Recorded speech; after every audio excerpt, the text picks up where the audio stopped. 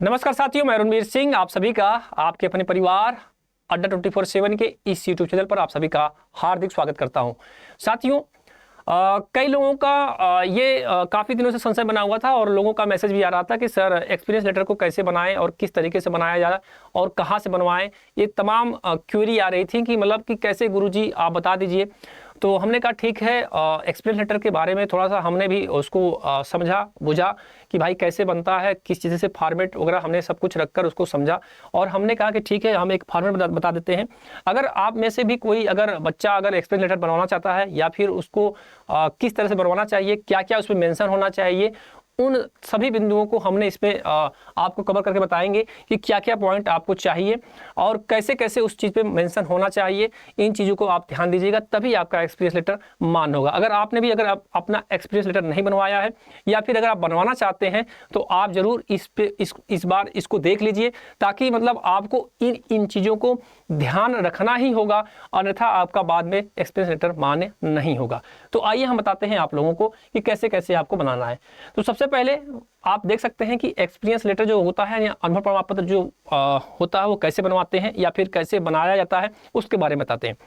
तो सबसे पहले है कंपनी का हेडर होना चाहिए, यानी कि किस कंपनी का आपको चाहिए, क्योंकि भाई तमाम कंपनियां हैं और ये जो कंपनी होनी चाहिए, सबसे पहली बात तो ये कंपनी जो भी होनी चाहिए वो हमारी राज्य सरकार या भारत सरकार से क्या होना चाहिए, मान्यता प्राप्त होना चाहिए। अगर आप कंपनी जो भी है, कोई भी कंपनी है, अगर एक्सपीरियंस लेटर अगर आपको दे रही है तो सबसे पहली बात तो ये है कि उस कंपनी का राज्य सरकार या भारत सरकार से क्या होना चाहिए, मान्यता प्राप्त होना चाहिए। कोई भी कंपनी आप उठा के ले लो, जैसे कोई भी आपकी कंपनी, जैसे अड्डा 24/7 ले लीजिए, है ना, कोई भी कंपनी, तो सबसे पहले तो ये होना चाहिए कि ये क्या अथॉरिटी है इसके पास, ये है मान्यता प्राप्त है, बिल्कुल है, तभी आपका एक्सपीरियंस इसका लगेगा। ठीक है, और कहाँ से मान्यता होना चाहिए, भारत यानी कि राज्य सरकार और भारत सरकार से वो मान्यता प्राप्त होना चाहिए। दूसरी चीज, कई बच्चों का यही होता है कि गुरुजी क्योंकि अभी मैं बात करूं जो इंस्ट्रक्चर की जो वैकेंसीज आई हुई है और उसी में अनुभव प्रमाण पत्र मांगता है और किसी किसी वैकेंसी में अनुभव प्रमाण पत्र भी मांगता है कि आपने 2 साल का, जैसे मान लिया आपने ITI किया है या फिर आपने डिप्लोमा किया है या फिर मैं बात करूं आपसे कि आपने BTech किया है, तो मांगता है ना कि भैया 2 साल का अनुभव चाहिए, 1 साल का अनुभव चाहिए। तो आप बच्चे परेशान हो जाते हैं कि अगर मेरे पास इसका एक्सपीरियंस लेटर में बनवा लेता तो मैं इस फॉर्म को फिलअप कर लेता और मेरा सिलेक्शन हो जाता। तो भैया आपको क्या करना होगा, सबसे पहले आपको कि आप ये देखिएगा कि जिससे भी बनवाएंगे या फिर जहां भी आपने जिसकी लिए अगर आप बात कर रहे होंगे, तो सबसे पहले आपको जानना होगा कि वो कंपनी जो भी आपको दे रही है एक्सपीरियंस लेटर, क्या वो भारत सरकार और राज्य सरकार से मान्यता प्राप्त है। अगर वो प्राप्त होगी तभी आपका मान्य होगा, अन्यथा मान्य नहीं होगा मेरे बच्चे। और मैं बता रहा था आपको क्या इंस्ट्रक्चर के बारे में, तो इंस्ट्रक्चर वाले में बच्चे क्या है, परेशान है कि सर हम कैसे एक्सपीरियंस लेटर बनाएं।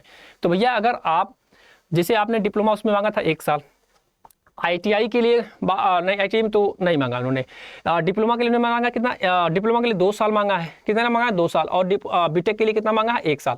तो अगर मान लीजिए कि मैं लास्ट टाइम अगर मैं बात करूं कि किसी बच्चे का अगर 2019 या फिर मैं कहूं कि लास्ट टाइम अगर डिप्लोमा 20 में कंप्लीट हो चुका है, तो भैया उनको अब वो चाहते हैं कि एक्सपीरियंस लेटर बनवाना, तो आप किसी भी मान्यता प्राप्त जो भी है ना, देखिए किसी भी उद्योग संस्थान से जो हो काम करने या किसी संगत तकनीकी अध्यापक या प्रशिक्षक के रूप में, यानी कि अगर आप चाहते हैं तो भैया अगर उनका मान्यता प्राप्त हो तो उस विद्यालय पे संपर्क करिए, उनसे बोलिए कि श्रीमान जी मुझे एक्सपीरियंस लेटर बना के दे दीजिए।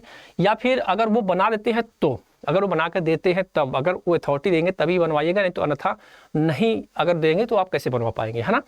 तो अगर आपको आना भी चाहिए, भाई अध्यापक हैं, भाई अगर अध्यापक हैं तो आपको आना भी चाहिए, ऐसा नहीं है कि आपको कुछ भी नहीं आ रहा आपने एक्सपीरियंस लेटर बनवा लिया, है ना, ये भी तो सही नहीं है ना मेरे बच्चे। तो भैया सबसे पहले तो कंपनी का हेड होना चाहिए। दूसरी चीज की राज्य सरकार और भारत सरकार से मान्यता प्राप्त होना चाहिए। बार बार कह रहा हूं इस पे, क्योंकि ये जरूरी होना चाहिए, ऐसा नहीं कि आप कोई फर्जी बनवा लीजिए। तो एक्सपीरियंस लेटर बनवाने से पहले सबसे पहला बिंदु है भैया आपका कंपनी का हेडर का नाम होना चाहिए। दूसरा चीज कि उस पर हमारा क्या होना चाहिए, रेफरेंस नंबर होना चाहिए, जिसे बोलते हैं बेटा संदर्भ संख्या। यानी एक आपने देखा भी होगा कि किसी भी कंपनी में अगर काम करते हैं तो उसका एक रेफरेंस नंबर होता है ना। जैसे मान लीजिए मैंने कहा कि ये कोड 330 है, तो कौन सा 330 कोड है, ये इस विद्यालय का, क्योंकि आप एग्जाम देने जाते होंगे, आप ग्रेजुएशन में जाते होंगे या फिर मैं बात करूं आपसे पॉलिटेक्निक में जाते होंगे, फिर अगर आप ITI में जाते हैं तो एक नंबर होता है ना कि ये विद्यालय का, ये आपका कोड नंबर, आप फॉर्म आप क्वेश्चन पेपर में भरते तभी लिखते हैं कि आप विद्यालय का कोड भरिए, यानी कि किस विद्यालय पे आप था, तो कोड यानी कि वही रेफरेंस नंबर होना चाहिए। तो जो कंपनी अगर आपको एक्सपीरियंस लेटर दे रही है तो सबसे पहले आपको जानना होगा कि भैया उस पर रेफरेंस नंबर है या नहीं है, ये भी आप देख लीजिएगा। दूसरी चीज अब आइए तीसरी चीज में, डेट होना चाहिए कि भैया उस पर दिनांक का भी नाम होना चाहिए। क्या होना चाहिए कि इस डेट को उन्होंने जारी किया है, ये भी मेंशन होना चाहिए। फिर चौथी चीज पे आइए बात करते हैं आपसे, नाम होना चाहिए और पिताजी का नाम होना चाहिए। नाम और फादर नाम, जैसे मान लीजिए अरुणवीर सिंह, सन ऑफ मेरे पिताजी जो होंगे उनका नाम होगा। Working the decision the post and position, किस वर्क पे आप काम कर रहे थे। मान लीजिए मैंने कहा कि मैं एज फैकल्टी था, मान लीजिए मैंने कहा मैं इलेक्ट्रीशियन था, मान लीजिए आपने कहा मैं सिविल इंजीनियर था, मान लीजिए आपने कहा कि मैं इलेक्ट्रिकल इंजीनियर था। तो जिस पद पे आप काम कर रहे हैं वो नाम भी होना चाहिए। किस पे? एक्सपीरियंस लेटर पर, कि भैया इस पोस्ट पे ये काम कर रहे थे, ये मेंशन है, जरूरी है।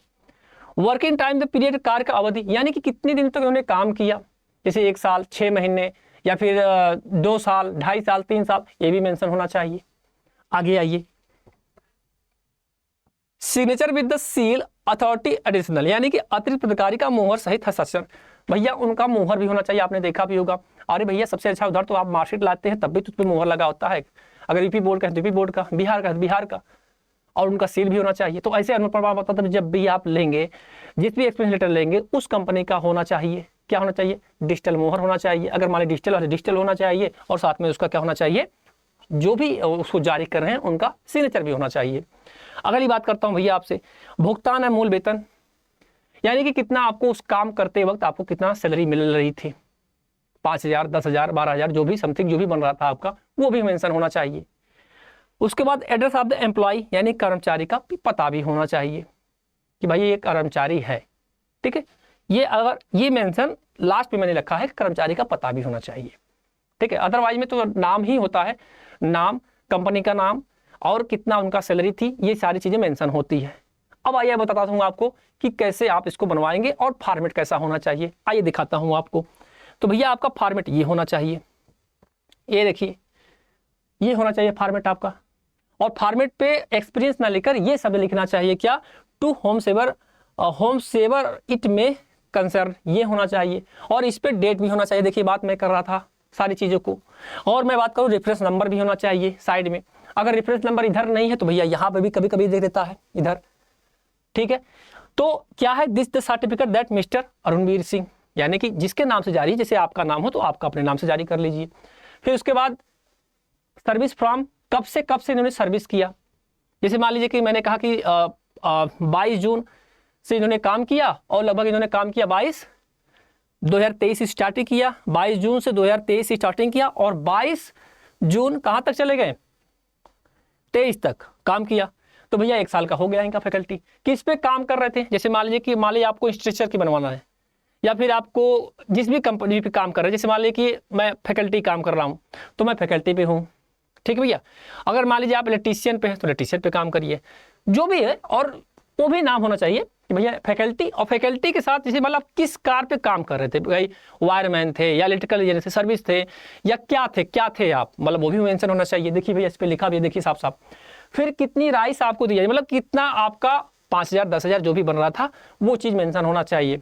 और फिर during the service that with we found him the sincere loyal the company with him the best is the future of personal assistant, मतलब कि भैया इनका जो भी काम था बहुत अच्छा था, बढ़िया से इन्होंने काम किया, ठीक है। ये भी मेंशन होना चाहिए।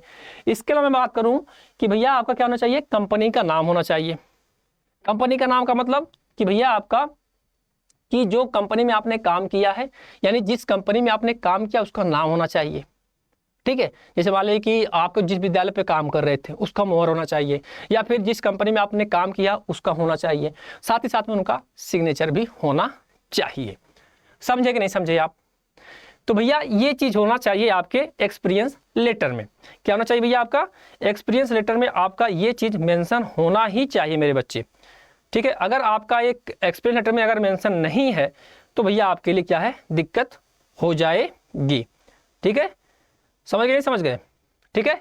तो भैया यहाँ पर जो भी कंपनी का नाम होना चाहिए यहाँ पर, कि मतलब कि आपका ये कंपनी का था, मतलब मान लीजिए कि हमने कह दिया कि भाई अड्डा 24/7 होना चाहिए। यहाँ पर क्या होना चाहिए? अड्डा 24/7। During the service they tender with we found in the sincere, मतलब इस कंपनी में, मतलब जो कंपनी का नाम था वो होना चाहिए, उस पर उन्होंने काम जो किया है अच्छा किया है, इनका मतलब हम इनको विश करते हैं बेस्ट, ये भी चीजें होनी चाहिए आपकी, ठीक भैया। ठीक समझ गए ना? चलो, तो ये चीजें होनी चाहिए, ये आपका फॉर्मेट है, ओके।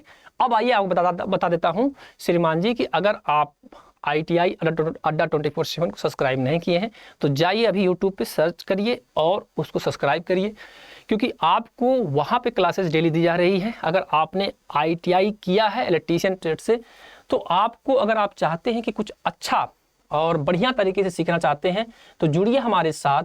और सबसे पहले क्या करेंगे, अगर आपने अभी तक बैच को इनरोल नहीं किया मेरे बच्चे, तो सबसे पहले जाइए, आप कहाँ जाएंगे, गूगल क्रोम पे जाएंगे, वहाँ पे आप सर्च करेंगे अड्डा 24/7 और सबसे पहले आपको ये आएगा सेक्शन। उसके बाद ऑल कोर्सेज आएगा, यहाँ पर कोर्स को इनरोल करिए। और जैसे आप यहाँ पहुँचेंगे तो JEE एग्जाम पे जाएंगे, इलेक्ट्रिकल इंजीनियरिंग को क्लिक करेंगे और ITI देखो यहाँ पर दिखेगा मेरे बच्चे। और ये है निचोड़ बैच के नाम से, यानी कि निचोड़ फाउंडेशन बैच के नाम से है। जैसे आप इसको ओपन करेंगे, बाय नाउ करेंगे बेटा, तो तुरंत आपको एक याद रखना है कूपन। क्या रखना है, कूपन।